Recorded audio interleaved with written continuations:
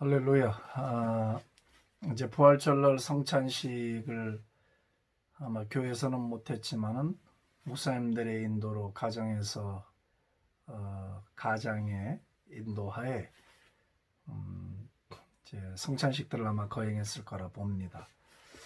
근데 제가 오늘서부터 이제 이것은 제가 중요한 이슈이기 때문에 아마 조금 길게 시리즈로 이번엔 제가 완판을 할 것입니다. 뭐 5번이 될지 10번이 될지 모르겠지만은 허락하는 범위 내에서 계속해서 이 주제를 다뤄 나가려 합니다. 왜냐하면 지금 우리가 지키는 이 성찬이 그 성경이 말하고 있는 원형하고 조금 거리감이 있어요. 그게 이제 제가 좀 염려하는 부분이고, 실제로 성경에서 초대교회는 성찬식을 어떻게 지켰고 어떤 의미로 다가왔겠는가. 예를 들자면 이제 뭐 부활절, 고난주간 이런 건 초대교회에 아예 없었습니다. 굉장히 낯선 단어들이에요.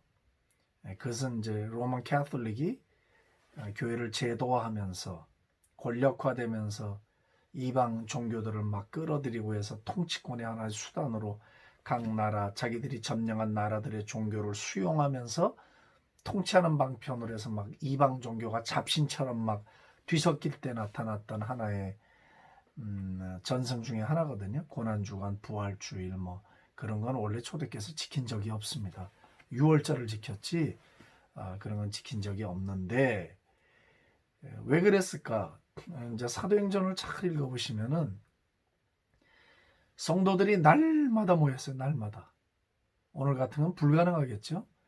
그때 또 상황이 그렇다 치자고요. 그냥 많이 봐줘서 이해를 하더라도 날마다 모이면서 저들의 삶의 패런이 어땠는가 그걸 봐야 돼요. 저들은 부활의 삶이었어요.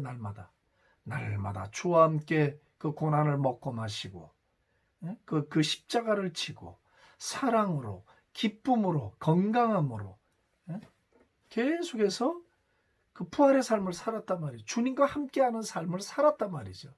그러니까 1년에 한두 번 뭐 절기를 기념하면서 슬프다 아프다 이런 종류의 신앙생활이 아니었다는 거예요. Everyday가 날마다 다이내믹한, 날마다 충만하고 날마다 정말 주님과 한몸 돼서 살아가는, 그야말로 살아서 주님과 한몸 되는 삶을 살아가는 부활의 역동적인 삶을 살았단 말이에요. 그러니까 무슨 절기가 왜 필요하겠어요? 예? 크리스마스 시즌도 원래부터 없는 거예요, 이게. 우리가 그냥 다 저 로만 캐톨릭에서 들어온 것들을 받아들여서 뭐 안 하는 것보다 나아요. 그걸 제가 뭐 그럼 그 형식도 버리자 그런 말이 아니고, 기왕이면 바르게 알고 믿어야 된다는 거죠. 그래서 뭐 고난주간이 오면 1년에 교회 안 오던 사람들이 뭐 금식한다고 그러고 고기도 안 먹는다고 그러고, 하여튼 참 신기합니다. 한국 교회는 뭐 성금요일 날 되면 또 고기 먹지 말래요. 무슨 상관이 있습니까? 그런 게 예수님의 고난하고 고기하고 무슨 상관이 있어요? 계란은 또 왜 삶아갖고 와요? 계란에서 뭐 병아리 나와서 부활한다고 그래갖고 가나요? 하여튼 뭐 계란은 맛있으니까 먹어야 되겠지. 그러나 여러분 주여, 제가 이 성찬에 관한 것을 이 성경을 통해 보고 역사를 공부하다가 제가 소스라치게 놀랐어요. 이야, 세상에 어떻게 이런 걸 다 버렸나, 다 놓쳤나. 에? 너무 안타까운 거 있죠. 왜 초대교회는 이렇게 신유가 강력했는가를 알아야 되거든요. 그 다 원인이 있거든요. 그 이유가 있어요. 이유가. 오늘날의 신유는 뭡니까? 특별한 신유의 기름 부음인 힐링 어노인팅이 강력한 사람이 뭐 손을 얹거나 막 TV에 나와서 막 TV 이반젤리스트들이 손을 얹고 막 이런 병이 났고, 특별한 사람들의 전유물 아니에요? 그리고 교회 안에서는 뭐 그런 게 일어나요? 다 외부 전도 집회, 천막, 아니면 기도원 이런 데 가서 이게 힐링이 자꾸 일어난단 말이에요. 그 교회가 해야 될 일 아니에요? 교회에서 일어나야 되는 거 아닌가요? 이런 것들이? 교회 밖에 얘기를 주님이 하신 적이 없어요. 그러면 교회 안에서 이게 지금 막 이런 강력한 힐링, 귀신에게서 노인받고 정신병이 낫고 막 치유가 일어나고, 예? 동성애 귀신들이 떠나가고 암병이 낫고 모든 병이 막 치료되는 이런 역사가 이게 교회 안에서 자연스럽게 아주 충만하게 일어나야 되는 겁니다. 어쩌다 한 번씩 일어나는 뭐 그런, 예? 우연적인 뭐 병나음이라든지 이런 게 아니라 말이죠. 교회 안에서 이게 성찬과 관계가 있어요. 아주 밀접한 관계가 있어요. 그래서 오늘 제가 그런 말씀을 좀 같이 나누려고 하는데, 이제 누가복음 24장 30절 보시면, 이제 29절 보면, 그들이 강권하여 이르되 우리와 함께 유하사이다. 때가 저물어가고 날이 이미 기울었나이다 하니 이에 그들과 함께 유하로 들어가시니라. 이게 뭐냐면 이제 엠마오로 내려가는 두 제자들에게 부활하신 예수님이 다가와서 그들과 지금 동행하는데 제자들이 못 알아보는 거예요. 부활하신 예수님의 영광에 변형된 모습을 아직 못 알아보고 있는 거예요. 그래서 이제 함께 들어가서 좀 쉬시죠 하고 들어갔어요. 그들과 함께 음식 잡수실 때에 떡을 가지사 축사하시고 떼어 그들에게 주시니 그들의 눈이 밝아져 그인 줄 알아보더니 예수는 그들에게 보이지 아니하시는지라. 그들과 함께 음식 잡수실 때에 떡을 가지사 축사하셨어요. 자, 이게 이제 성찬의 시작인데 the bread breaking이라고 그래요. 떡을 꺾는 거, 떡을 찢는 거, 이걸 하는데 꼭 언제 하는가? 밥상 앞에서 하는 거예요. 밥 먹는 자리에서 하는 거예요.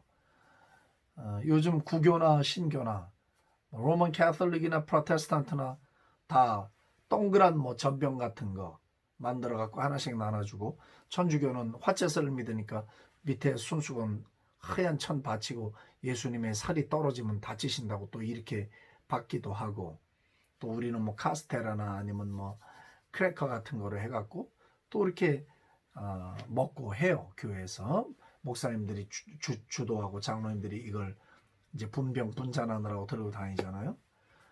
그런데 예수님이 시작할 때는 그런 게 아니에요. 예? 교회에서 거룩한 예복을 입고 이것은 주님의 몸입니다. 주님의 피입니다. 자, 마시고 드시. 그렇게 한 게 아니에요. 그렇게 한 게 아니에요. 초대교회는 그렇게 한 적이 없어요. 사도행전에는 아주 증거들이 많이 나와요. 그러니까 제자들하고 밥상에 앉아갖고 나를 기념한 떡을 떼시는 거예요. 자신의 살을 찢듯이. 그렇게 하고 밥을 먹었어요. 어떻게 했냐? 그러면 이제 우리가 역사를 한번 살펴볼 필요가 있죠. 처음에는 이제 오순절날 성령님이 강림하시고 교회가 태동이 되면서 모임들을 주로 유대교 회당에서 했어요. 유대교 회당에서 하다가 핍박이 시작됐어요. 사탄의 이제 공격이 시작이 됐거든요. 그러니까 이제 회당에서 못 모이는 거예요. 노출되니까. 그러다 보니까 자연스럽게 다 소단위로 해서 다 집집마다 흩어지게 됐어요. 예배는 드려야 되겠죠. 날마다 모여서 교제해야 되겠죠. 주님의 죽으심과 부활을 기념해야 될 거 아니에요. 그러니까 집집마다 모이기 시작했어요. 소단위로, 스몰 사이즈로 집집마다 모여서 성찬과 예배가 벌어지기 시작하는 거예요. 그러면 이제 그 집의 주인이 호스트예요. 집의 주인이 뭐 몇 가정이라도 이제 믿는 자들이 뭐 10가정이든 집에 모여요. 모이면 그 집의 가장이, 그 집 주인이 이제 밥을 먹고 밥상을 다 차려놓고 떡을 떼는 거예요. 이것이 예수님의 몸이라고. 그래서 예수님의 그 죽으심과 부활을 기념했던 거예요. 승리와 환희였어요. 이것은. 밥상이라는 게 뭐냐면 옛날 그 아랍 사람들은 지금도 그렇게 지켜요. 이 밥상이라는 걸 단순히 밥 먹는 공간으로 생각하지 않아요. 모든 사귐의 핵심이에요. 예? 이해가 되세요? 한국 문화가 비슷합니다. 우리는 가까운 사람들을 집에 초대해서 밥을 먹어요. 이 밥을 먹는 행위가 그냥 한 끼 배를 채우는 행위가 아니었어요. 삶의 친교의 한 복판에 있었어요. 이게 핵심이에요. 그래서 집에 초대해서 밥을 먹이지 않는 건 이 관계가 없거나 아예 친근하지 않은 거예요. 멀리하는 것이에요. 이 밥상 공동체였습니다. 이 신앙 공동체가 밥상 공동체예요. 지금도 아랍 사람들은 이것이 자신들의 삶의 핵심에 들어와 있어요. 밥을 같이 먹는다는 거, 집을 열고 밥을 같이 먹는다는 것은 모든 삶과 교제의 핵심이에요. 근데 제가 좀 이 문제도 다루고 싶은 게, 이제 한국도 생활이 자꾸 이제 변화가 와요. 사회 변화가 오고 하다 보니까 이 집에 들여서 뭐 신방을 받거나 집을 오픈해서 뭐 모임을 한다거나 하는 게 점점 어려워져요. 집이 닫히고 있어요. 그리고 식당에서 다 밥을 먹어요. 네? 식당에서 모임을 하고 끝이 나지, 집으로 사람을 들이고 집이 열려지고 집에서 모임을 하는 게 점점 멀어져 가고 있어요.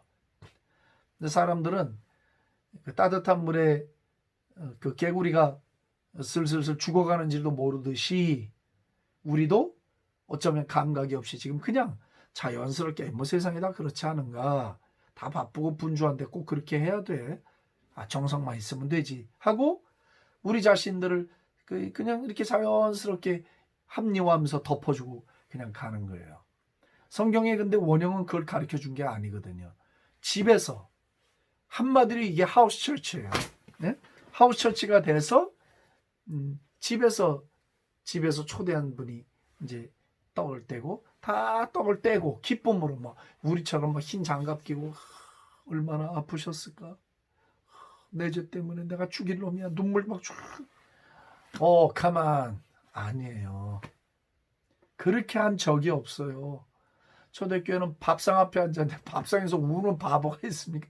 다채야지 밥 먹으면. 밥상에서 막 셀러브레이션, 막 축하, 축제였단 말이에요. 축제. 우리 예수님이 살아나셨어, 할렐루야, 소망이 있어. 막 예수님 때문에 모인 형제와 자매들은 막 기쁨이 있는 거예요. 그게 희락이 있는 거예요. 막 저 보기 싫은 김 집사가 왜 왔지, 땅구 욕을 하지, 그런 게 아니라 성도들을 보면 예수님을 보는 거예요. 그 안에 부활의 생명을 보는 거예요. 네? 이 고난, 이 아픔, 이게 다 초월하고 뛰어넘어서 그 영혼이 보이는 거야. 영혼, 그리스도 안에 있는 영혼이 보이는 거예요. 그러니까 그 부활의 생명을 소유한 성도들이 모인 막 기쁨이 흘러 넘쳤단 말이에요. 이거 이해가 되세요? 이거 이해가 되냐 말이에요. 네? 그래서 그때 이 떡을 뗐다 할 때, 이 떡을 뗀다는 거는 이 밥 먹는 떡을 떼는 거예요. 밥 먹는 떡. 밥상에서 일어나는 지금 부활의 기념을 하는 거거든요. 얼마나 거리감이 있냐 이 말이지. 우리하고 지금 우리가 하는 거하고 얼마나 거리감이 있냐 말이에요. 오늘 이제 집에서 아내하고 시작을 했는데, 밥 먹기 전에 밥상 앞에서 이제 둘이 성찬을 해요. 즐겁게 하는 거죠. 기도하고. 즐거울 수밖에 없죠. 왜 우울해야 됩니까? 부활하신 주가 지금 내 안에 계셔서 영원한 생명을 주셨는데 얼마나 감격합니까? 삶에 문제 있어요. 문제 없는 사람이 어디 있습니까? 예수님도 하나님의 아들로 이 세상에 계실 때 문제 속에서 사시고 문제를 안고 가셨는데 문제가 없을 수는 없다고. 죽음의 질병이 우리를 괴롭힐 수가 있어요. 삶이 어렵게 할 수 있어요. 그래도 우리 안에 뭐가 있어요? Eternal life. 영생이 있다. 영원한 생명. 우리의 생명이 그리스도 예수 안에 감추어져 있다잖아요. 바울의 말씀. 네? 영원한 생명이 우리에게 있어. 소망 그 자체잖아. 소망 그 자체. 그 어떤 것으로도 바꿀 수가 없는 거잖아. 기념하는 거 아니에요. 얼마나 놀랍습니까? 축제죠, 축제. 소망의 축제. Hope of celebration. 소망의 축제가 이 안에 있는 거란 말이죠. 여러분, 우리가 이렇게 해봤나요? 정말 이렇게 해봤나요? 기뻐갖고 하이파이브도 하면서 막 할렐루야, 예수 부활하셨네, 소망이 있습니다, 여러분, 막 이래. 난 정말 이런 성찬식을 교회에서 막 소리 지르고 고함 지르고 막 축하하면서 박수 치면서 막 환호성 지르면서 한번 해봤으면. 저는 그렇게 했어요. 제가 목회할 때 그렇게 했어요. 그렇게 박수 치고 막 휘파람 불고 소리 지르고. 경망스러워요? 아니요. 유교적 관점에서 볼 때는 경망스러워 보이겠죠. 그러나 히브리 컬처, 성경적인 문화에서 보자면 제가 정답이죠. 제가 정답인 겁니다.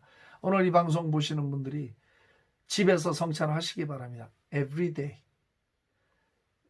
뭐 달마다, 절기마다 한 게 아니었어요. 날마다 모여서 이걸 했어요. 제가 이제 사도행전 2장을 우리 한번 얼른 봅시다. 사도행전 2장 46절 보면 유명한 구절이에요. 43절부터 읽겠습니다. 사람마다 두려워하는데 사도들로 말미암아 기사와 표적이 많이 나타나니 믿는 사람이 다 함께 있어 모든 물건을 서로 통용하고 또 재산과 소유를 팔아 각 사람의 필요를 따라 나눠주며 날마다 마음을 같이하여 성전에 모이기를 힘쓰고 집에서 떡을 떼며 기쁨과 순전한 마음으로 음식을 먹고 할렐루야. 그 뒤에 또 읽을까요? 하나님을 찬미하며 또 온 백성에게 칭송을 받으니 주께서 구원받는 사람을 날마다 더하시니라. 아멘 아멘 아멘 아멘. 날마다, 그죠? 46절 날마다 every day they continue to meet together. 날마다 모이는데요. 성전에도 모였어요. 이때는 핍박이 시작되기 전입니다. 성전에도 모였지만 뒤에 집에서 떡을 떼며 기쁨과 순전한 마음으로 음식을 먹었다. 이게 떡을 뗐어요. Breaking the bread. 떡을 꺾었어요. 그리고 음식을 먹었는데 기쁨이 있었다잖아요. 슬픈 게 아니에요. 우울한 게 아니었어요. 얼마나 아프셨을까. 이게 아니라니까. 이게 아니에요. 축제야 축제. 기쁨, 조이 막 기쁨이 흘러 넘쳤단 말이지. 밥상에서. 예? 날마다 했다고 그랬죠. Everyday. 이 유다서에 보면 애찬이 있어요. Love Feast라고 애찬이 있었습니다. 성찬은 오전에 했고 애찬은 저녁에 했어요. 애찬이 뭐냐면 이제 그 교회에 돈 있는 부자가 고아, 과부, 나그네, 아주 어려운 사람들, 힘이 없는 사람들을 위해서 음식 잔치를 베풀어 준 거예요. 애찬. 이걸 일주일에 한 번 했을까요? 아니면 한 달에 한 번? 아니요. everyday, 날마다 했어요. 와. 사도행전을 공부하다 보면, 그리고 초대 교회사를 공부하다 보면 낯선 느낌이 들어요. 우리가 원형에서 얼마나 멀리 나왔는가가 알려요. 이야, 이게 가능할까? 그러니까 너무 많이 이게 갭이 벌어져 있어요. 낯설 정도로. 초대교회는 성찬을 날마다 집에서 했고 애찬을 날마다 했어요. 돈이 있는 부자들은 자신만 배부르게 먹고 좋은 것을 먹는 게 아니었습니다. 자기 식구 이외에는 몰랐던 사람들이 아닙니다. 믿음 안에 있는 모든 형제와 자매들은 자기 친부모 같았고 친형제 같았고 친자매 같았고 친조카 같았고 친자식 같았고 친엄마 아버지 같았습니다. 그렇게 살았습니다. 누구든지 아버지의 뜻대로 행하는 자라야 형제여 자매여 모친이다. 예수님의 말씀대로 정말로 초대교회 성도들은 성령 받고 어떤 삶을 살았는가? 믿음 안에 있는 모든 이들을 정말 한 식구, 피로 맺어진 한 식구처럼 여기며 그렇게 살았습니다. 그랬기 때문에 재산을 내놨고, 그랬기 때문에 집을 열어주었고, 그랬기 때문에 한 집에서 밥을 먹고 아낌없이 다 베풀 수 있었던 겁니다. 사람이 하루 이틀 하는 거 쉽지 않아요. 이걸 무려 4세기까지 했단 말이야. 400년을 지속을 했어요. 어메이징합니다. 이렇게 저녁에는 애찬을, 낮에는 성찬을 하고 집에서 밥을 먹을 때 또 모이지 않으면 집에서 개인적으로 밥을 먹을 때도 가장에 인도하여서 떡을 뗐어요. 이걸 무려 400년을 지속을 했단 말이에요. 그러다가 로마 교황권이 세워지고 교회가 인스티튜션으로 바뀌는 거예요. 조직화되기 시작했어요. 제도화되기 시작했어요. 그러면서 교회 밖에서 행해지는 영적인 권위를 인정하지 않게 됐어요. 그리고 사제 중심의 교회로 전환이 돼요. 한마디로 말하는 권력의 독점이에요. 그래서 사제들과 이 권력을 가진 이 그룹들 말고는 그 어떤 것도 하지 못하도록 막아놓기 시작했어요. 그 라오디게아 공회에서 이걸 법적으로 금지령을 내리면서 그때부터 이 전승은 교회에서 다 사라져버리고 말아요. 그러면 교회에서는 안 지켰나? 지켰어요. 일주일에 한 번씩 weekly ritual, 일주일에 한 번씩 행사로 교회에서 했어요. 자, 이제 여기부터가 중요합니다, 여러분. 성령님, 듣는 이들의 마음에 울림을 주시기를 원하고 깨달음 주시기를 원합니다.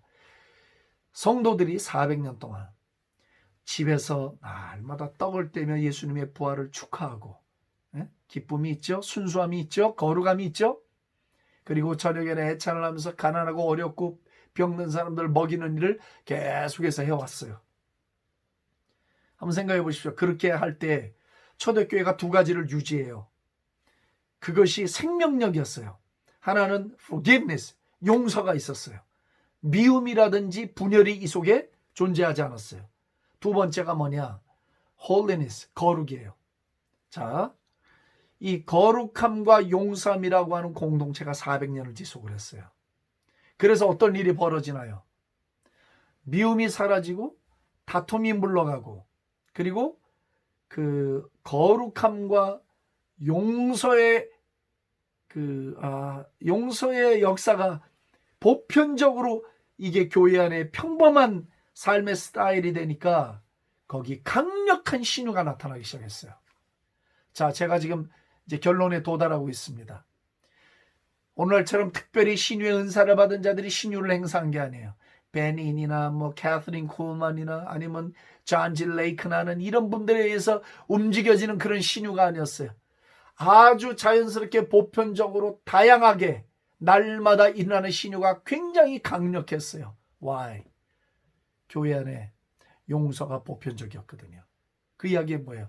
마음의 주름 잡힘이나 죄가 자리 잡을 수 없었다는 거예요. 아나니아와 삽비라가 죽은 사건은 다 의미가 있어요. 초대교회는 교회의 영적 환경과 분위기가 그러했어요. 거짓이 틈탈 수 없었고 과장이 틈탈 수 없었고 속임수가 있을 수 없었어요. 정말 크리스탈 클리어 순수한 공동체로서 성령의 지배하심으로 거룩한 공동체, 용서와 사랑의 공동체가 유지가 됐거든요. 그러니까 날마다 모였지요. 재산을 쏟아 부었던 거예요. 그러니까 사람들에게 칭찬을 받을 수밖에, 교회가 부흥할 수밖에요. 그러니까 거기 뭐가 따라왔어요? 표적과 기사가 따라오기 시작한 거예요. 사인스 앤 원더스가 표로 따라온 게 아니에요. 주여 사인스 앤 원더스를 주시옵소서. 그래서 표적과 기사가 오지 않아요. 그런 기도 하면 안 돼요. 완전히 잘못된 순서예요. 그 기도는. 어떤 때 자연스럽게 이게 막 폭발을 하는가. 교회가 거룩한 공동체, 용서와 사랑의 순수한 공동체로 모아지게 될 때 교회 안에는 강력한 힐링이 일어나게 되는 것이에요. 아멘. 이걸 성경이 증거하고 있어요. 표적과 기사가 얼마나 많았나요? 너무너무 많았어요. 표적과 기사가. 얼마나 많았는지 말도 못해. 근데 요즘 왜 교회 안에 이런 일이 잘 벌어지지 않죠? 왜 우리 삶에 이런 게 잘 안 벌어지죠? 그것을 곰곰이 생각해 봐야 돼요. 우린 성찬 1년에 많이야 2번밖에 안 해요. 이 개신교가. 매주일 해도 부족해요. 성경적으로 날마다 집에서 해야 되는 거예요. 집에 가장들이 이걸 해야 되는 거예요. 떡을 띄면서 자, 밥 먹자고. 예수님 감사합니다. 부활을 축하합니다. 산소망이 있습니다. 할렐루야. 그리고 그런 다음에 밥을 먹는 거예요. 날마다 해야 돼. 날마다. 그럼 거기에 어떤 일이 벌어지는가? 치유가 나타나요. 거기에 놀라운 표적들과 이적들이 나타나기 시작하는 거예요. 교회가 가정교회 형태로 그렇게 사랑과 용서와 거룩한 삶이 이어지니까 막 많은 병자들이 낫는 거예요. 막 교회 안에서. 근데 이게 이제 교회가 건물이 생기기 시작하고 조직화되고 하면서 그걸 하지 못하도록 딱 공유해서 막아버리고 사제들 중심으로 일주일에 한 번씩 형식을 갖춰서 교회에서 받으라 하고 아무 일도 벌어지지 않는 거예요. 그때부터 생명이 죽어버린 거예요. 생명이. 왜? 사랑과 용서와 거룩의 기쁨이 사라져버렸는데 이게 리추얼이 됐는데 예식이 돼버리니까 생명은 죽어버리는 거예요. 예식이 되니까.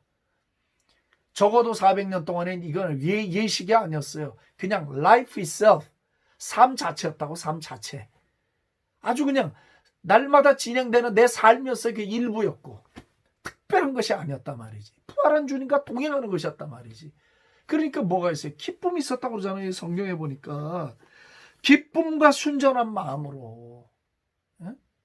그러니 여러분, 표적과 기사가 안 나타날 수가 있어요. 강력한 표적과 기사가 나타날 수밖에 없는 거죠. 자, 야고보서 5장을 제가 얼른 보고 여기 보면 그 힌트가 나와요. 야고보서 5장 13절에 보면 이제 이 당시 교회가 이 용서라고 하는 것과 힐링이 어떤 관계를 갖고 있는가 하는 이야기를 제가 하는 거예요. 너희 중에 고난당하는 자가 있느냐 그는 기도할 것이요 즐거워하는 자가 있느냐 그는 찬송할지니라. 너희 중에 병든 자가 있느냐 그는 교회 장로들을 청할 것이요 그들은 주의 이름으로 기름을 바르며 그를 위하여 기도할지니라. 왜 기름을 발랐는지는 저도 모르겠습니다. 15절 믿음의 기도는 병든 자를 구원하리니 주께서 그를 일으키시리라. 아멘. 혹시 죄를 범하였을지라도 사하심을 받으리라. 보세요. 믿음의 기도는 병든 자를 구원하는데 혹시 죄를 범했다도 사하심을 받으리라. 그러니까 이 공동체 안에 뭔가 병과 죄의 연관성이 있다는 걸 말하고 있어요.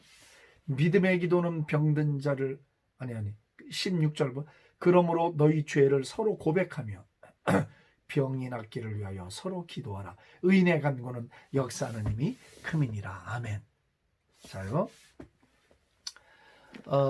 그러므로 너희 죄를 서로 고백하며 병이 낫기를 위하여 서로 기도하래요. 너희 죄를 서로 고백하래요. 병이 낫기를 위하여 서로 기도하라. 뭔가 연관성 있지 않아요?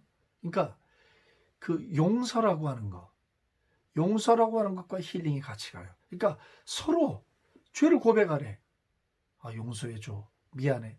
하고 병 낫기를 위하여 기도하래요. 그럼 병이 낫는다는 거예요. 잘 새겨들어야 됩니다. 왜 야고보 사도가 초대교회에서 이런 말씀을 우리에게 메시지로 주셨는가? 그렇기 때문에 이 성찬식을 가정에서도 행하고 교회에서 행할 때 이런 순전한 공동체, 기쁨이 넘치고 순전한 마음으로 모이고 용서하고 사랑으로 하나 되고 거룩한 삶을 유지해 나갈 때 그 안에는 강력한 주의 영의 임재가 나타나요. 임재를 사모하지 않아도 임재가 자연스럽게 물 흘러가듯이 그 안에 충만하게 임해요. 성령의 운행하심과 주장하심이 나타나기 시작해요. 그리도 예수께서 직접 교회 머리 되신 예수께서 직접 그 모임 속에 터치하기 시작하셔요. 그러면서 많은 일들이 벌어지게 되는 것이에요. 자, 성찬과 초대교회에 나타났던 역사와 힐링의 관계를 이제 좀 이해하시겠죠. 집에서 용서 못하는 사람 용서해야 돼요. 성도 간에 용서하는 사람들 다 용서하고 내가 혼자 용서하면 안 돼. 찾아가서 용서하고 다 사랑과 용서와 거룩한 삶으로 나아가려고 하는 공동체 형성을 해야 돼요. 그러면서 우리가 떡을 뗄 때 그 안에 놀라운 치유의 역사가 나타나게 되는 것이에요. 여러분들 가정에서 일이 벌어지길 바랍니다. 교회에서 이런 일이 벌어지길 바랍니다. 그래서 우리가 놓쳤던 거 원형에서 지금 우리가 너무 많이 벌어졌어요. 떨어져 나와 있어요. 원형으로 돌아가야 돼요. 원형으로 완성을 해야 돼요. 그래서 우리가 다시 권위를 회복하고 능력을 회복하고 교회가 교회다워지고 가정은 가정다워지고 성도는 성도다워지는 그런 은총이 저와 여러분들 모두에게 있기를 바랍니다. 혹시 방송을 보시면서 제 사역에 하나님 나라에 씨를 뿌리기 원하시는 분들은 유튜브 밑에 자막에 보시면 후원하는 곳들이 있습니다. 저를 위해 하라고 말하는 것이 아닙니다. 거룩한 일에 씨를 뿌리면 그 씨에 대한 열매를 거두게 됩니다. 기도하겠습니다. 하나님 감사합니다. 오늘도 주신 말씀을 인하여 감사하고 예수님의 그 부활을 기념하는 축제가 예수님과 동행하는 그 부활의 삶이 날마다 우리 가정에 교회에 있게 해 주시옵소서. 이 방송을 듣는 이들마다 보는 이들마다 주의 성령님의 만지심을 경험하게 해 주시옵소서. 감사 찬송을 주께 올리고 예수님의 이름으로 기도합니다. 아멘. 아멘.